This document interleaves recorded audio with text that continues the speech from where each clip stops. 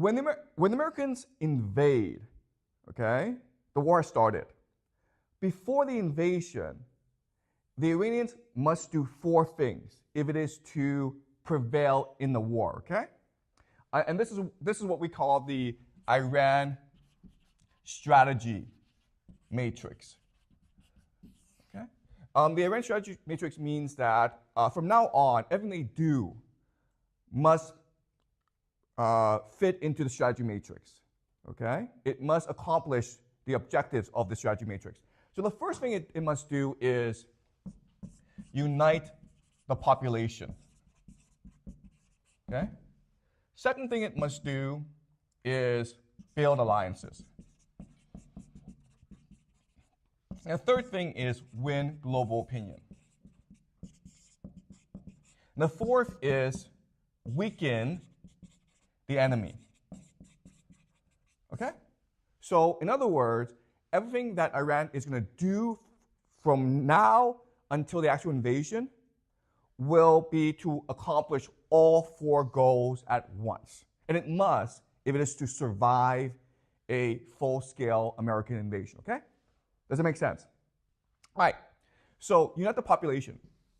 What does this mean, okay? It means that you win the war depending on how much your population is willing to resist the invasion. And it turns out that even though the Iranians right now are divided, okay, there's a lot of opposition towards the current government in Iran. As some of you know, there have been some protests over the past few years, women protesting for more rights in Iran, okay? So there's a lot of division in that country.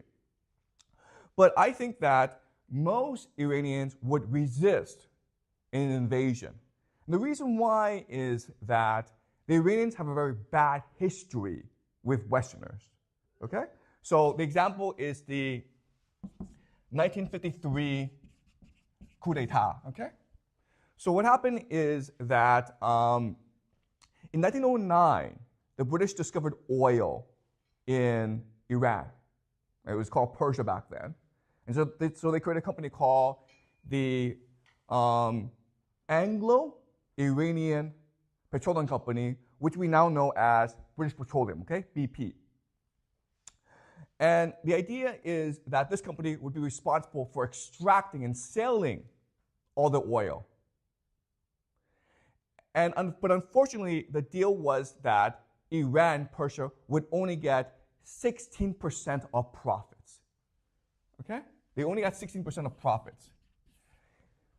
So the Iranians are very upset about this.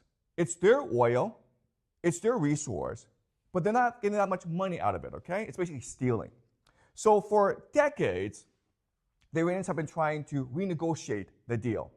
In 1953, the democratically elected government of Iran said to the British, listen, let's do 50-50. Okay, that's fair, 50-50. 50% for us, 50% for you, right? That's a fair deal.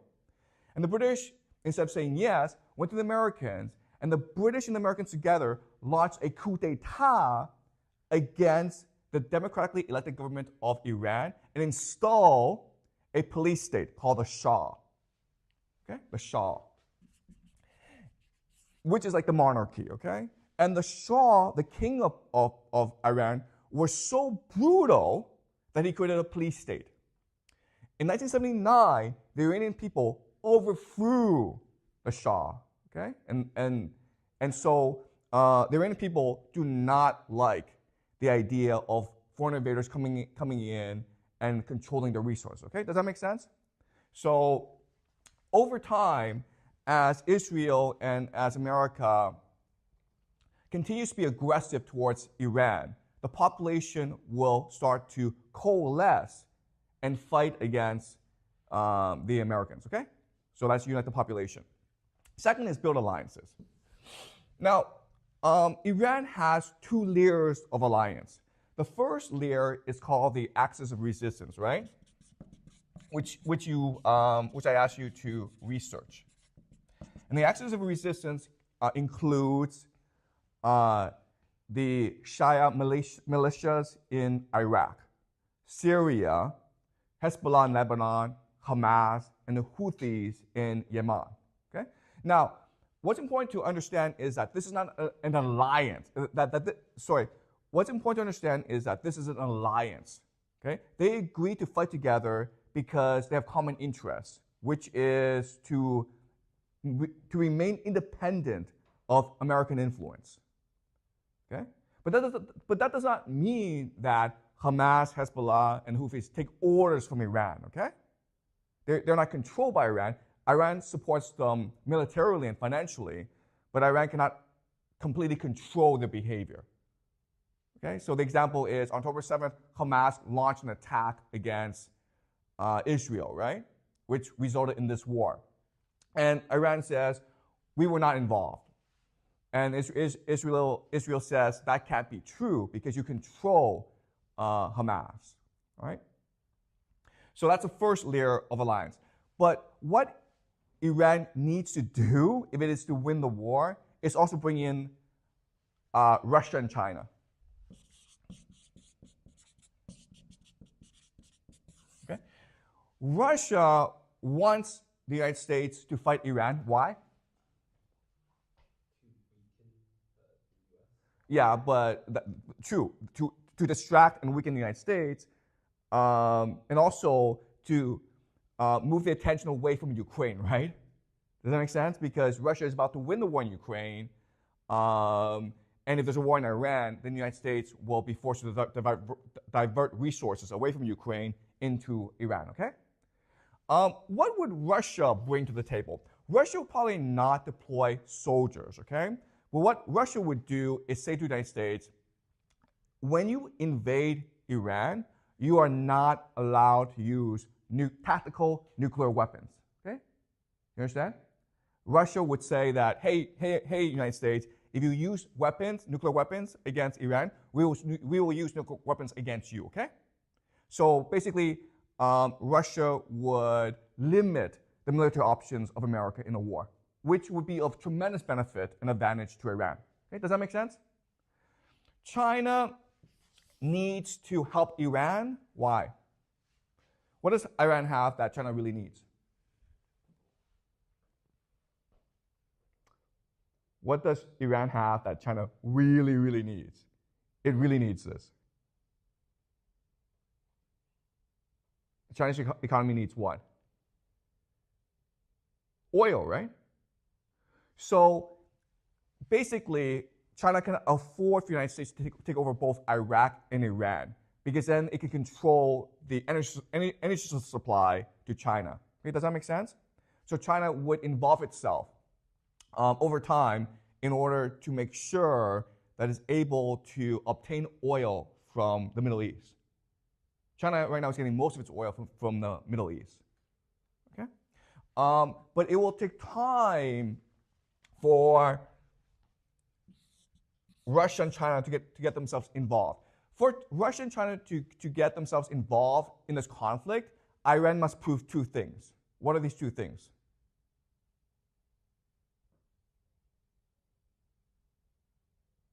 What must Iran show to China and Russia in order to get China and Russia involved in this conflict?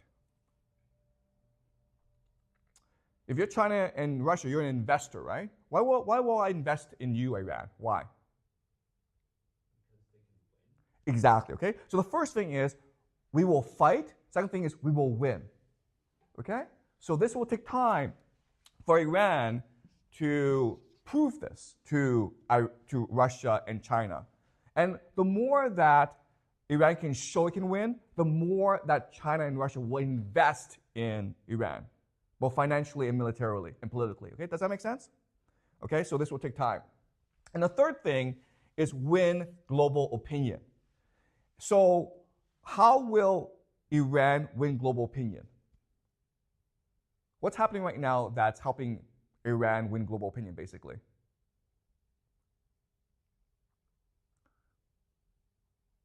What's happening in the world right now that is helping Iran win global opinion? Or why is the world becoming more supportive of Iran? What thing is happening right now that is outraging or angering the world?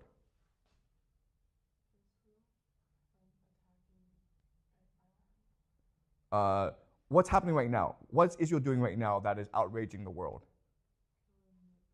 Yeah, Gaza, okay? So this is really important for Iran.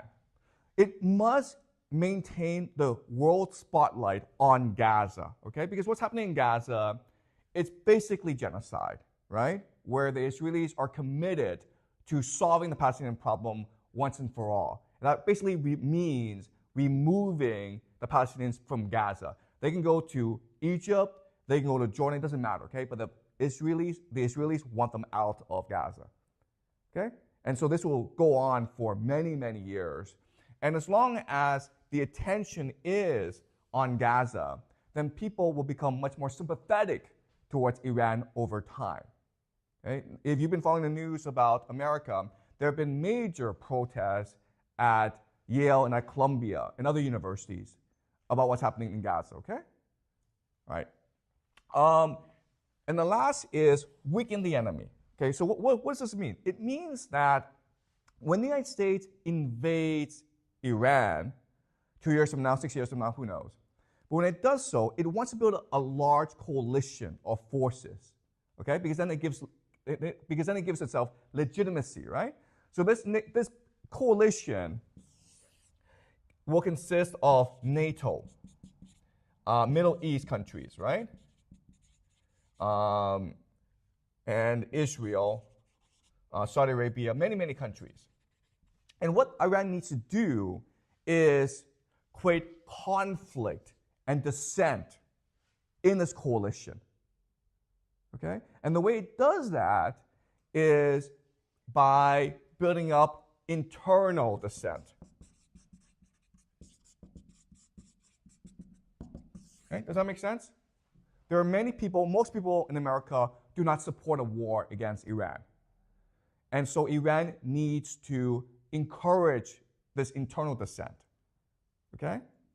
It can also create conflict between NATO and the United States, okay? Because obviously America will want NATO involved in its invasion of Iran, but why would France and Germany want to involve itself, right? Okay, does that make sense?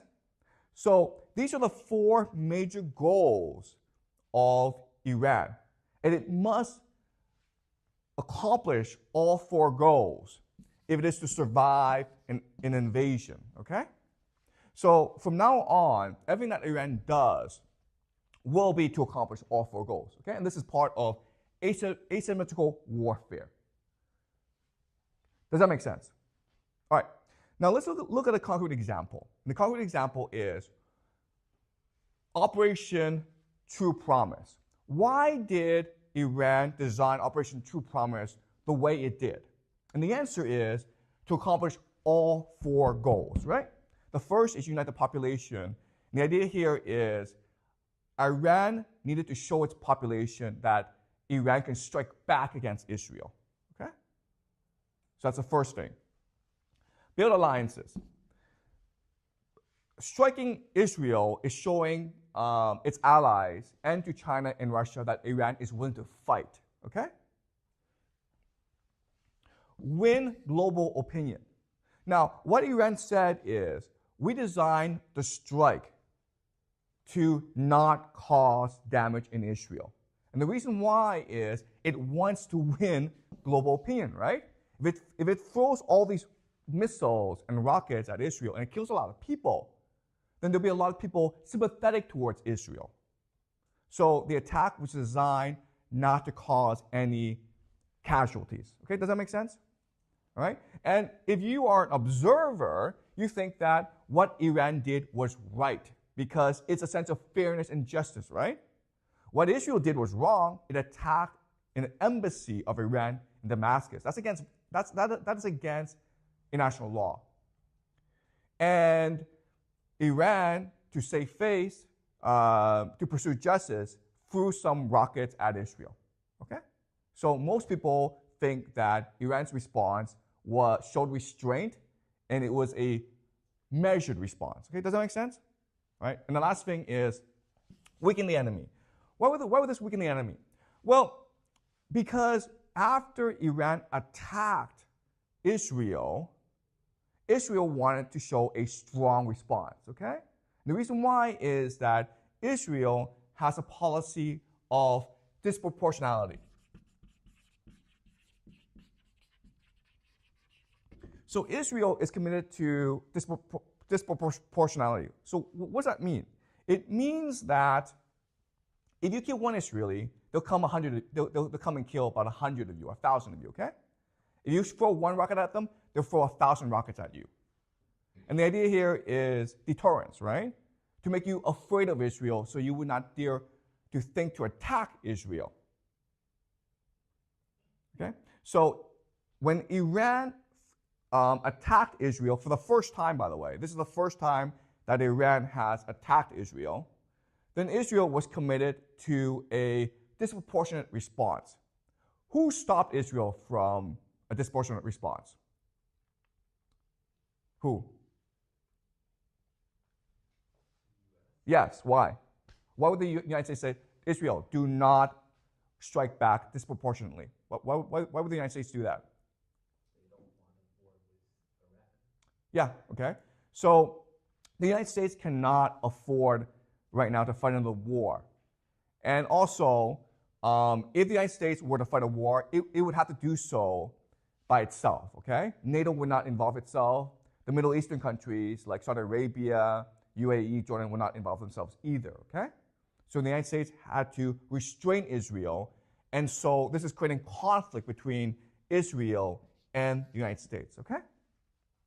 So that's why, so in other words, from a military dominance perspective, Operation True Promise accomplished nothing, okay, because you blew nothing up.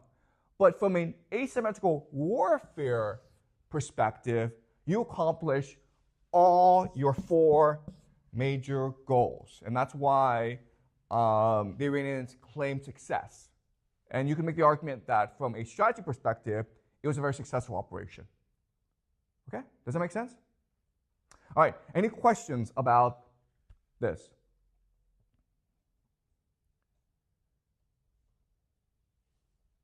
Anything you want to clarify or you don't really understand? Does this make sense to you? I just wonder, if China ever involved in the situation, will this impact our college life in the US? Okay, so Peter asked a great question, this war, how will it affect us? We're going to the United States for college, we're Chinese students. Okay, and the answer is this, okay? The answer is, in war, there's something called rules of engagement.